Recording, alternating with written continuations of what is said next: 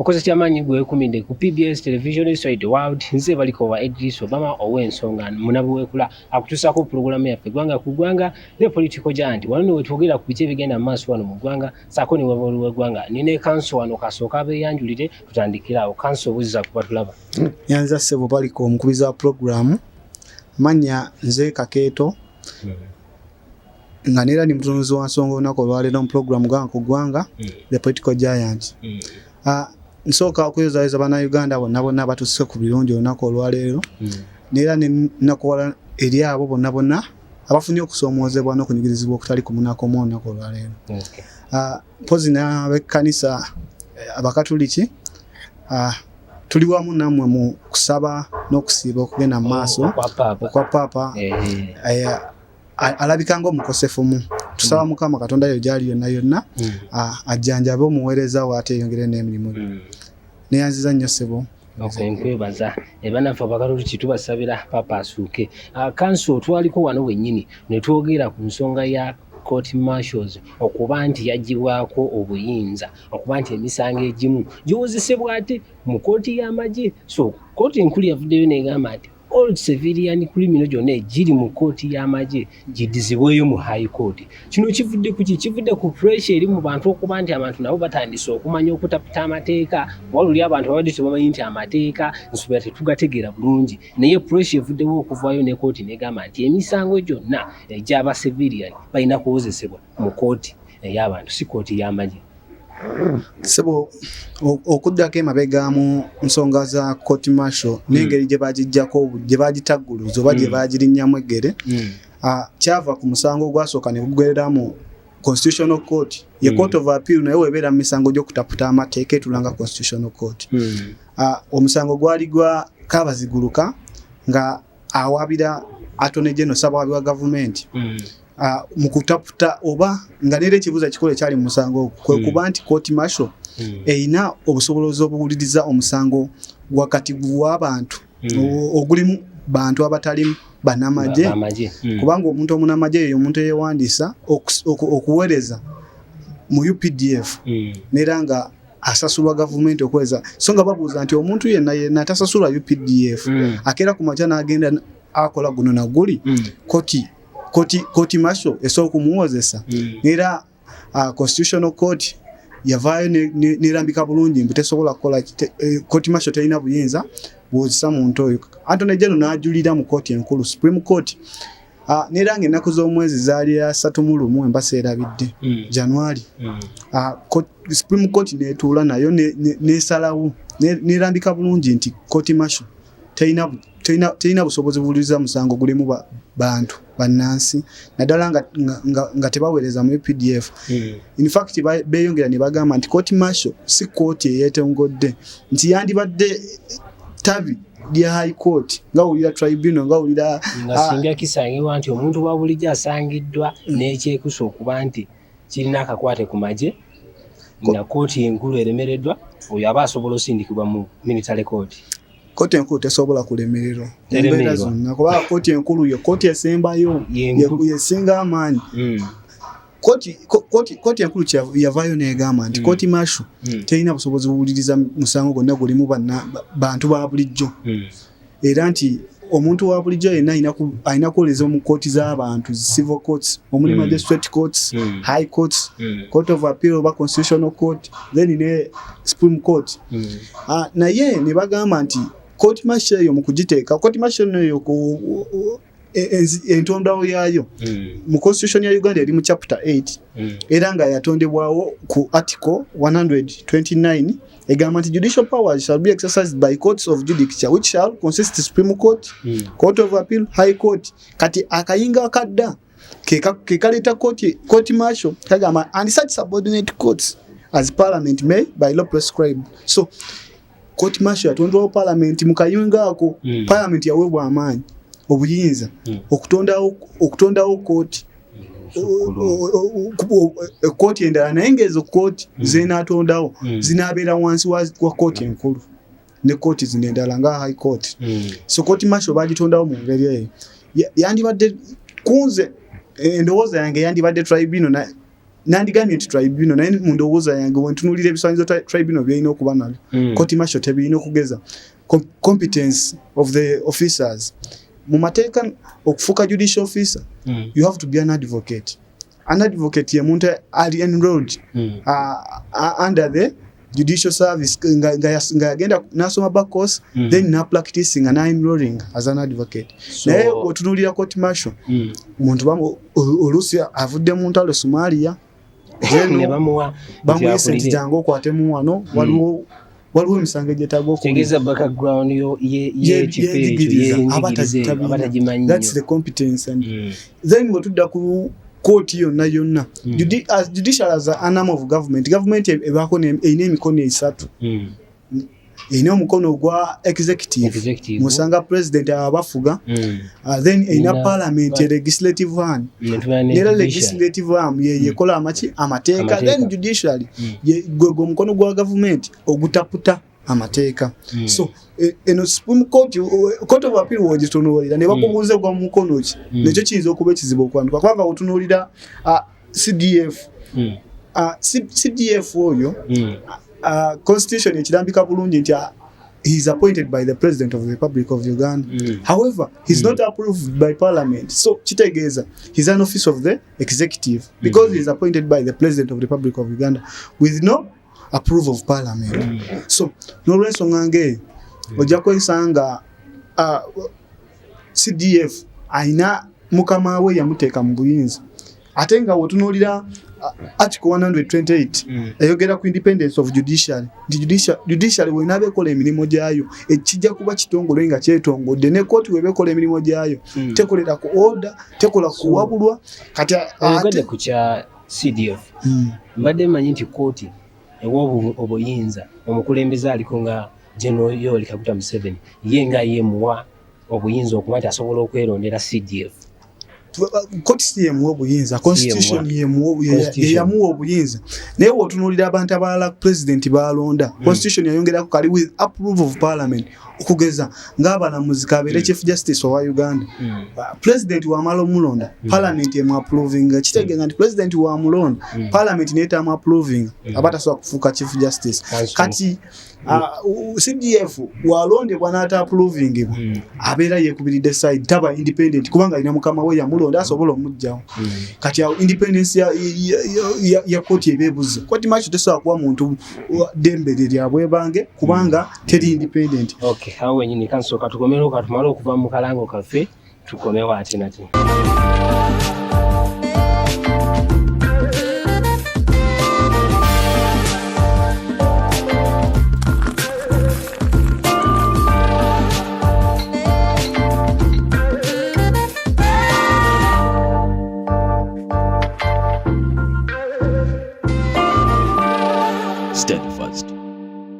Okay, nkulisayo mu kalango kaffe kanso tubadde ku nsonga yennyini eya high court ng'okyatunnyonnyola bwe tugendedde mu kalango obadde okyatugamba nti kooti ewa obuyinza omukulembeze okuba nti asobola okwerondera CDF. Badde nkyabagamba nti constitution yawa omukulembeze obuyinza president wa Uganda okwerondera CDF era CDF ta approving wa parliament nga wamulonda watandika emirimu gye n'agikola so nga ngambye nti ekyo kiba kikola kitatana okubanga yo court martial yetongodde kubanga abajasi bonna aba UPDF batunira bali under the CDF bakolera ku command ze general commander so independence atenga semateeka tulambikira bulungi mu article 128 nti court yonna ino okubeera independent so kiba kitatana independence ya court nolwekyo wano wensezera n'ensaba ababaka ba parliament tubawulidde nga bagenda mu NRM caucus bagenze okutereeza amendment bill ya UPDF act tubasaba babeere begendereza mu amendments ze bakola article 79 ya constitution waba ababaka ba parliament ebeto okola amateeka ku lw'abana Uganda naye mukola amateeka balina okubaako ebintu bingi balowooza okola amateeka agatanyigirizibwa abantu aganakola ki aganatwala eggwanga mu maaso etteeka lino lye baagala okuleeta erya UPDF act okwamendinga constitution yennyini egaana omubaka wa parliament yenna okubaga etteeka erizimula ekiragiro kya court yalagira dda negikubamu egere negamba nti eno court teri mu mateeka tesobola kuwa muntu fair trial n'olwensonga eyo ababaka ba palamenti tubalabye ab'obuyinza bangi ne bajja ne bayisa amateeka agatategerekeka olw'obuyinza bwe balina ekisa ne kituuka ne bibeekyangira. Jjukira omu ku Inspector General of Police yali ku mukolo ogw'omu ng'avumirira eddembe lya 48 hour rule. Jjukira under the Police Act omuntu talina okumala essaawa 48 nga tanatwalibwa mu kooti n'agenda akikubirira naye lwali olwo naye nga bamaze okumukwata bamutaddemu ennaku eziwera olwatuuka mu kooti yagamba ow'ekitiibwa mulamuzi mbadde nsaba nfulumeko wabweru atist ng'alinga ne yeerabira nti omu ku baali bakubirira etteeka ly'essaawa 48 naye bana babaka abagenda okubaga etteeka lya UPDF Act oyinza ogenda n'osalawo ensiko omwonekweka nga bakunoonya kubanga bamukaligire ddala naye naye busobola okya ku makyanga gwaliyo so mubere conscious ku lw'amateeka ge mubaga. Nkuyanziza nnyo kanso awo wennyini nga tukugenda kuyimiriramu katugende ku nsonga y'okuba nti ekiwamba abantu kitandise ate twalabako abakulu abakulira akakiiko k'ebyokulonda mu National Unity Platform, twalabako Nyanzi n'akwatibwa, Waiswa ye yasimatuka nti yadduka emisinde n'essaati ne bagiyuza. Buli lwe tusemberera akalulu lwaki obunkenke bweyongera mu bantu ne gavumenti okutwaliza wamu, naye ng'ate omuntu osuubira nti ate gavumenti buli tuyingira akalulu olw'okuba nti yeebadde erina experience mu byobufuzi ebimanyi nandibadde nsuubira nti nebino ebyokukwata abantu yandibadde teyingira nnyo. Abakulu bakwatiddwa, Weland Goat Nyanzi yavuddeyo n'ayogera bingi bye baamubuuza. Waliwo abavubuka era abakwatibwawo abali ku sayidi ya Nuupu basapoota ba General Gaddafi. Ekiwamba abantu kino omuntu ne bakukwata towards election kiba kitegeeza tekireeta bunkenke mu ggwanga. Mpozi okuwambwa kuno kwa abavubuka naddala aba Nuupu n'abakulembeze ba Nuupu okutwaliza awamu kugira nnyo mu biseera nga obululu busembedde. Kiraga obunkenke obuli mu byobufuzi bya Uganda. Abaana bawambibwa, ababawamba tebali mu uniform tebamanyikiddwa, ate ne bawambibwa ne batwalibwa ne bagazetingibwa poliisi ne batatwalibwa mu kooti, oluusi ne batwalira ne mu kooti masho nga balowooza nti oba gye bano abakyunyizeeyo. Naye wotunuulira article eya 23 ya constitution it's about a right to liberty. Omuntu alina ebbeta okutambula n'ega kasita oba nga tonyigiriza abalala n'otambula n'ogenda nina eddembe okuwagira gw'oyagala nina eddembe okukola ekyo as long as tekinyigiriza muntu mulala. Naye otunuulira abaana ng'aba Bobby Yanga baana bangi nnyo bakwatibwa abantu abali mu leeya abatategerekeka ne bawamba abaana abo ne babatwala mu safe houses ne bakyonyizibwa. Kwegamba abaana ne bamalako egy'obuntu eddembe lyabwe lirinyiddwamu nnyo nnyo. Kino tekiraga bunafu eri abakulu naddala abatukulembera kubanga recently the same week twalabye nga basazeeko ekitebe ekya National Unity Platform nga yo gavumenti ekilaiminga nti omwo munda omwo kirabika mulimu ebintu bye beekengeera era abakulu okuva ku kitebe bategeeza nti ebintu ebisinga nga zi laptop bintu byonna baabiwamba ne babitwala nti gavumenti egamba nti erina okunoonyereza. Kino nno kyajjawo kitya oluvannyuma lwa omukulu Robert Kyagulanyi Ssentamu akulira National Unity Platform bwe yalinayo pati ey'okuba nti yalina amazaalibwa ne baparadinga abaana ne bayimirira ng'abajaasi. Abantu abasinga bagamba nti kino kyekyaleetedde okuba nti gavumenti yazuukuse nti muyinza okuba mwebase naye ng'omusajja amagye g'alina nga mangi. Ng'ebibiina bino ebirala ebiwakanya gavumenti bikkirizibwa nabyo okwetandikirawo abakuumi baalyo nga defense nga gwe munnamateeka bw'oba olaba nti Nuupu kye yakoze okuba nti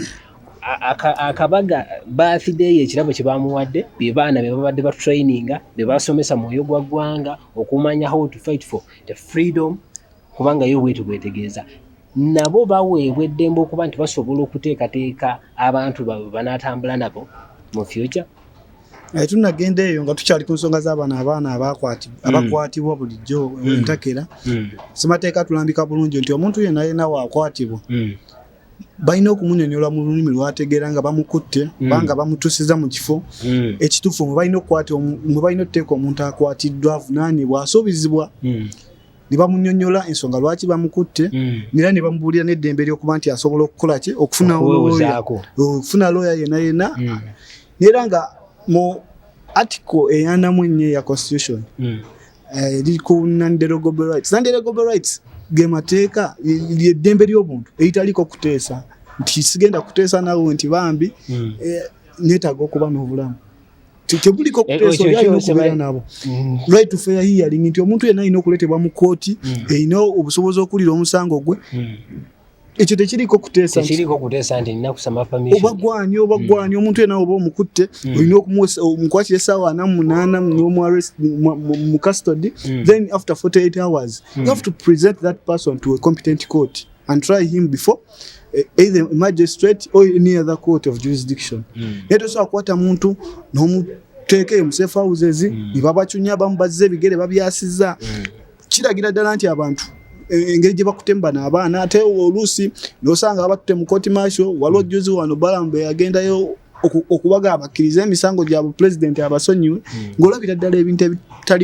ebitakwataganye na mateeka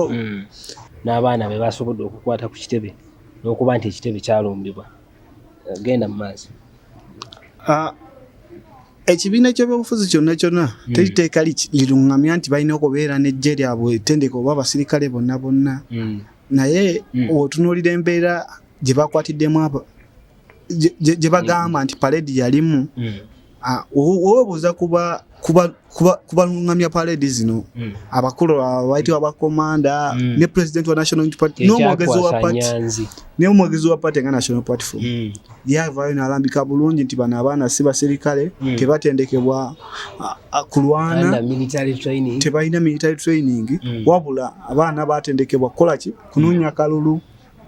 bali mu politics they are not in any kind of armed conflict kubayo poliisi egamba nti ebyambalo bye bambala ebiwandiikiddwako biraga bulazi nti uniform efaanana magye worried awo weeva eri gavumenti yaffe bagamba nti efaanana y'amagye naye si y'amagye kati obuzibu bwe buli kubanga ate ekintu ekifaanana n'ekintu kyennyini ekiri biba byawukana ogamba nti gundi afaanana gundi tekitegeeza nti gundi ye gundi wabaawo enjawulo nti ono gundi naye ono amufaanana ekibuzo kiri nti ekintu ekifaanana emmotoka eba mmotoka eyinza obutaba mmotoka eyinza obutaba mmotoka nga naye kijyefaanaganyinegaali nga wefaanana piki teyinza kubeera mipiira ebiri naye ng'ate eri gaali ekyo kaki ekipemye okwawula wano nti oyambala because uniform ya UPDF eri gazetted tosobola kuvaayo leero n'ogenda n'ogituukisa n'ogyambala ne batakwata kubanga bagikwata ne bagitegekera kubanga y'amagye ng'erina kwambalwa muntu w'amagye si buli muntu yonna teri dduuka litunda uniform ya UPDF mu Uganda ne mu nsi yonna teririyo nera bazikola nga bazitunze kuzireeta kuki kuzireetera bajaasi kati oyambala ovule ya red ng'ate uniform ya UPDF terikwera kala ya red zawukana nnyo n'olw'ensonga eyo ebiseera ebisinga nina gwe nali ŋŋamba nti political questions obazaanukiranga mu kooti manya nti ensi egenze mu buzibu bw'amaanyi bye bizibu by'owulira leero nti ate court martial political questions, they are bringing political questions to court. For example, the question of whether Besigye has a case to answer or not. That's a political question. Kubanga bamujja Kenya. If it's a legal question, bali balina mutryingira Kenya. Kubanga nabo bagamba show us the evidence. Where is the evidence? What is the evidence? Tuli bujulizi. Ate ne Supreme Court wali esalawo yagamba transfer the files.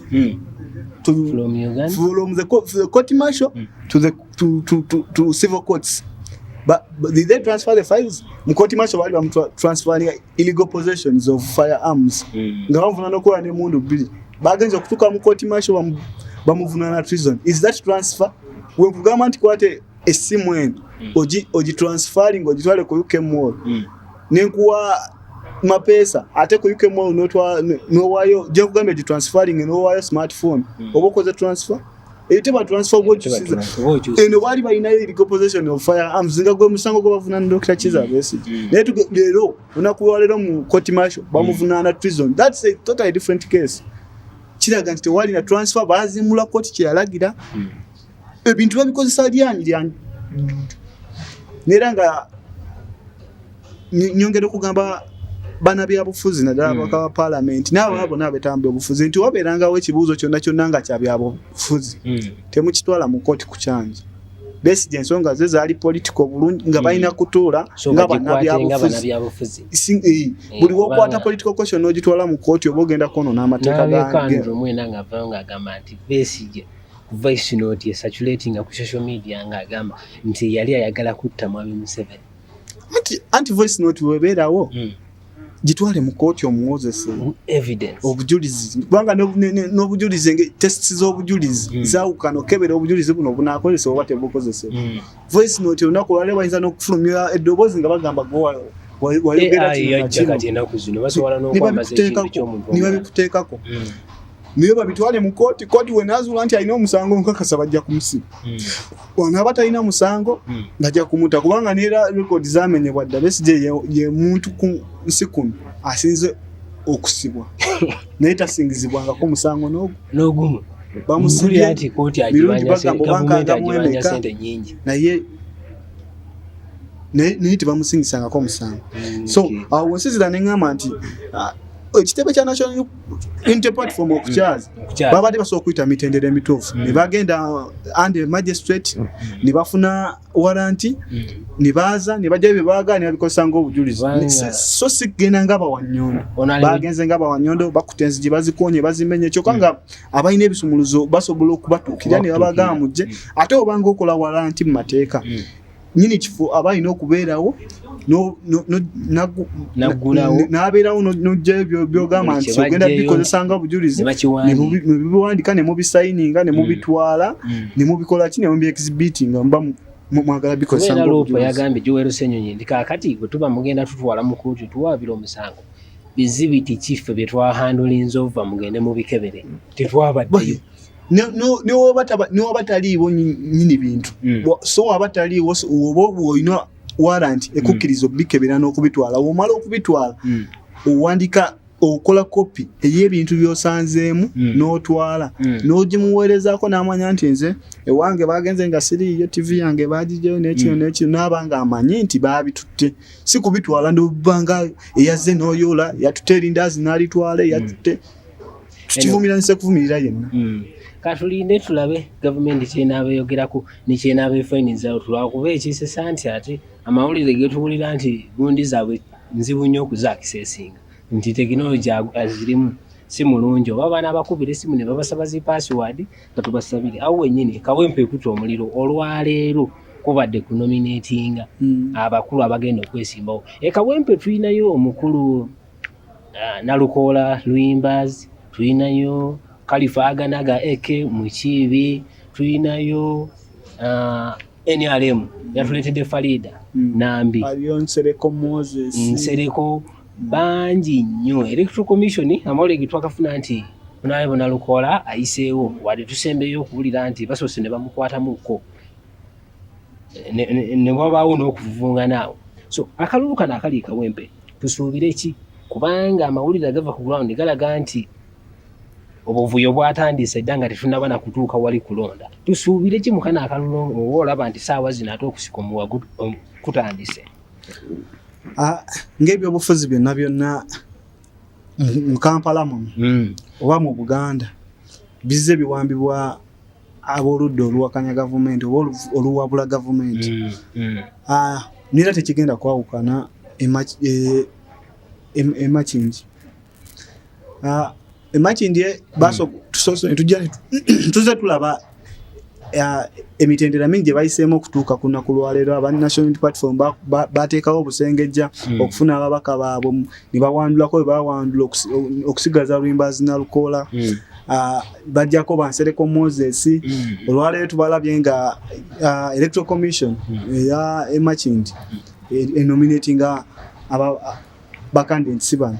era nalukola olumaze okunominatingibwa nakola ki nakwatibwa bamukwata agenda wategese okusanyukira abadde agenda ku muzikiti Embogo we bamukwatidde n'era wabaddewo okuwanyisiganya ebyasa okukakana bakubye ku bantu banamawulire awo kivumira ne sekuvumira yena mukwata mu kukuuma eddembe ly'obuntu tekyetaaga kukozesa lyanyi lisusi. Naye tujja kwongera okusaba gavumenti yeyongere okuteekawo emirembe akalulu kagende mu maaso kubanga nze sikisuubira kukyuka. N'olwensonga eyo nga mpumbawumba nja kusaba ababaka ba Parliament nga babagepeka etteeka lino erya PDF Act nga bakola bill and amendment bill babeere very conscious kubanga waliwo olugero lugamba tosobola kulya luli mu luzungu, you can't eat your own cake and then have it. Tosobola kulya cake ate n'oddamu n'ogisaba. Bajja kukola etteeka erijja okutuuka mu maaso nabo libeerire babeere conscious tebaddiriza kiragiro kya kooti kubanga nera constitution yennyini eragira tosobola kubagateeka n'ekigendererwa ekyokuddiriza ekiragiro kya kooti. Nja kusibwa bannayuganda yonna n'abalaba PBS Telefinal naddala gwanga ku gwanga nga program naddala n'abantu bange abeekabula constituency Lyantonne district mbebaze olw'obwagazi omukwano gwendaze famire yange gye bali simanyi na bigambo byenyinza kukozesa kubeebaza wabula nja kusaba Omukama ayongere okubawanga wabuzabagabulula mwebale nnyo mwebalire ddala. Tweyanziza kanso tujja kweyongeza wano kubanga ensonga lwaki tukiraza bannamateeka twogera ku ekyo kyennyini etteeka ligamba ki. Nsigadde nze balikowa Idris Obama wano ku PBS Straight World. Sigala ku PBS TV ebinyuma bikyajja bingi amawulire sports byonna. Salute.